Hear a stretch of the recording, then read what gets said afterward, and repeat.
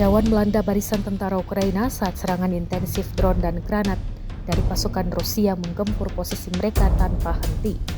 Dalam rekaman yang beredar dari medan pertempuran, pasukan Ukraina terlihat berlarian, menyelamatkan diri, mencoba melarikan diri dari hujan serangan yang mematikan. Rekamannya diunggah di Telegram pada Jumat 18 April 2025.